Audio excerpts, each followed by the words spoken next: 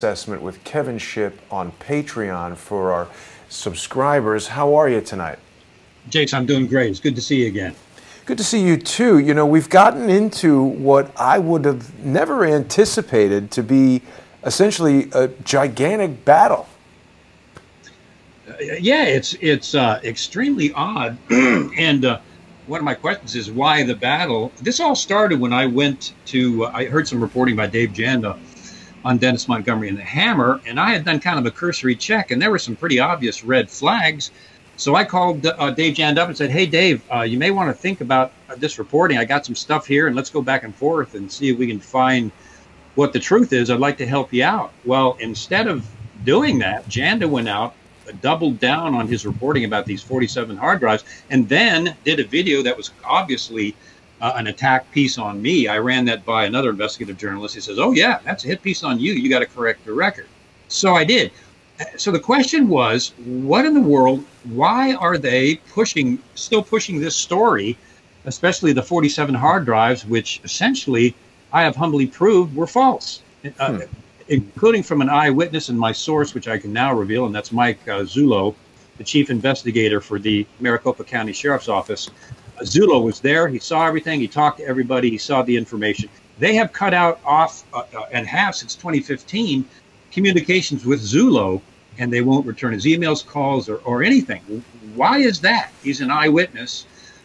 And the most, I guess, puzzling part is you and I have done a couple shows now proving that these 47 hard drives, a.k.a. the Hammer, were false from an eyewitness, from people who saw it, from a memo issued by the NSA guys saying that Montgomery was a fraud, the information was a fake, and we presented that document online. So, you know, the evidence is pretty strong that the 47 hard drives are not the Hammer, they're bogus, and they were fabricated by Montgomery. And that was revealed all the way back, I think, in 2015 on a court-ordered analysis by Thomas Drake, Kirk Wiebe, and Bill Binney. So, that's puzzling. Secondly, there are thumb drives that exist that are not the 47 hard drives. These thumb drives have what appears to be NSA information on them, Trailblazer or Thin Thread, that Montgomery only could have gotten from General Michael Hayden or the NSA. Let me pause you there, Kevin, because I'm sorry to interrupt, but you know, there have been some follow-up interviews. This is even the investigation that you started into the investigation has now become convoluted because there are people who are like fact witnesses who are contradicting each other. So yeah, you've told us throughout the series of reports that you've done about the Hammer that there's this NSA data on the thumb drives. Now remind me how you determined that it was NSA data. Who knew that? Well, because Mike Zullo will testify himself, and he's out there giving a bunch of interviews on this also. Zullo saw the information. He took part with Kirk Wiebe, Thomas Drake. I understand Bill Binney was only there for a few moments to see initially what was on the 47 hard drive, so he never saw them. He also never saw the thumb drives. According to Zullo, he showed some of the thumb drive information to those guys, and they were shocked that it was internal NSA information, Thin Thread, and I think Trailblazer also. Got it. That's on these thumb drives that these people will not report on for some reason, and they're pushing the fake 47 hard drives. That's what's puzzling. Yeah, because I have recently done an interview with Bill Binney where he said he hadn't seen the thumb drives, so that's good. I'm glad we cleared that up. And I mean, look, if it's difficult for me to keep straight, it's definitely difficult for people who are listening and watching to keep straight. And I mean, again, I knew basically nothing about this story until you started sharing information with me about it. And that's not to say that I believe that you broke the story or that you think it's your story. What you brought to my attention was the discrepancies that you saw in the existing reporting. So when I had said that you're doing a groundbreaking investigation, what I meant was you're breaking new ground by asking these questions about the existing investigation. And the strangest thing that you and I have observed and experienced is that it's become about assailing you and I. I don't really have anything against any of the people who are involved in this.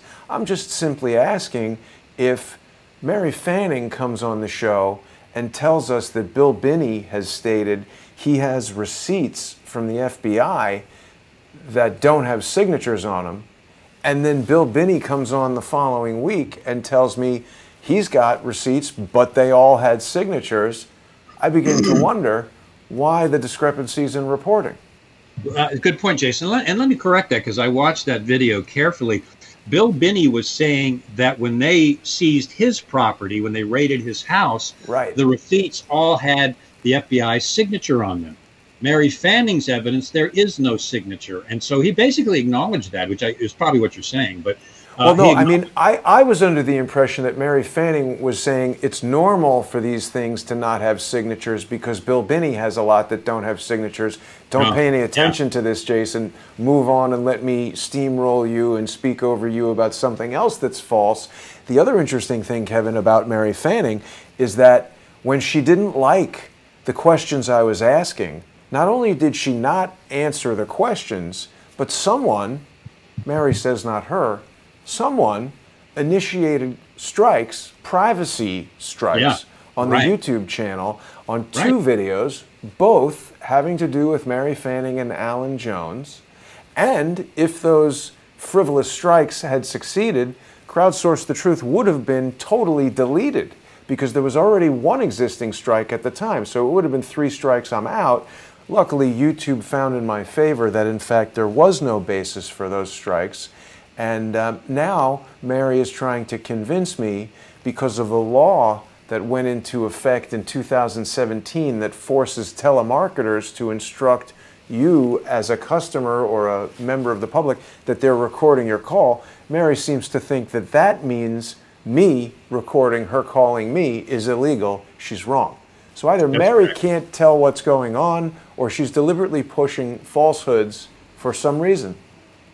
Yeah, that's very well said, Jason. You know, this is not my story. I didn't want to get into this. I didn't want to investigate this mess. I knew it was a mess. I also knew if I was going to counter some of this incorrect information, then I was going to, not me, but some people that I know and respect and are friends of mine who have agreed with this, what is now incorrect information. I'm indirectly questioning them. There was Ace Lyons, a good General Ace Lyons, Admiral Ace Lyons, a good friend of mine. And I was on the Citizens Commission on Benghazi with him. We've met several times. Wonderful man, huge patriot, one of my personal heroes. Well, Ace came out and he said, yeah, it looks like there's something here that the hammer is real and the government was spying on U.S. citizens based on the information he was given. And then other people, friends of mine, well-known people, came out and said, yeah, we think there was this massive surveillance system based on information they were given. I'm not casting aspersion on any of these people. God knows that's the last thing I wanted to do. But I had to go in and correct Mary Fanning's article because the information is incorrect. And what a professional journalist will do in that case, I've done it, you've done it, is come out and say, oh, I have to correct the record on this. This is new information I got. My other information was incorrect. This is correct. And then move on. But instead of doing that, I understand Mary Fanning is out there defaming me quite regularly. Instead you know, if she needs to be careful about that, but whatever. That's some rude stuff. Yeah, she did. She did. I'm not attacking Mary Fanning. I never have. As a matter of fact, I interviewed her when I first started looking at this regarding her article, rather, and that's where I started to see, wait a minute, this doesn't add up. So that's basically the gist of it. Why are they pushing these false 47 hard drives as the hammer? Why are they not communicating with Mike Zullo, the chief witness? And why are they covering these thumb drives with apparently have NSA classified information on them? Yep. And why are they attacking you and I rather than acknowledging? I mean, look, if all this other stuff went away, the very fact that Bill Binney says he has receipts that do have signatures, and Mary Fanning a week prior said that Bill Binney had receipts that don't have signatures, why not just correct that? All we're asking them to do, and you know what, Kevin, I'm going to reveal something that I don't want to come out and attack any of these people. I still respect Bill Binney tremendously. I don't know Dave Janda. I have no reason to dislike or like Dave Janda for any reason. We would like, even if there is any personal disagreement, I would still like to sit down with these people and straighten this out. I mean, we can work with people who we don't personally agree with, but we want to all agree on the facts. It's disappointing that we've just received a declination from Bill Binney to participate in this roundtable that we're putting together, which I could have sworn he had just told me that he would participate. So it seems like someone might be influencing Bill Binney to not talk to us. In my opinion, there's no question about that. As I've said, and I tweeted today, I still consider Bill Binney a good friend and fellow whistleblower, without question. I think someone is manipulating Bill Binney. I don't know why Bill would not acknowledge the truth on some of these things. There is now apparently a group that is casting aspersion on me, and I think that's influencing Bill. So, and from the very beginning, I tried to help Dave Janda, I thought, as a friend in his reporting. From the very beginning, I've tried to get everybody together in a roundtable to discuss that. You and I recently have tried to get everybody together to sit down, bury the hatchets, and address this factually and see what we know, and all of them have refused. So it's puzzling why they would do that, and why they won't give up this story about the 47 hard drives, and why they won't discuss the thumb drives that really do have information on it. It's amazing. Well, Kevin, you know, we're going to be starting our regular exclusive sponsor-only show on patreon.com/Kevin_Shipp, patreon.com/crowdsourcethetruth, and subscribestar.com/crowdsourcethetruth in just under 20 minutes. So people who haven't seen the previous episodes that you've done exploring these discrepancies in the reporting on the Hammer can still see those on Patreon and Subscribestar. And I think it's important that people go back and review them. I mean, it just seems like there is a deliberate effort to insert confusion, and we know that that's a popular tactic, but I don't fully understand what's going on. Me neither. Yeah.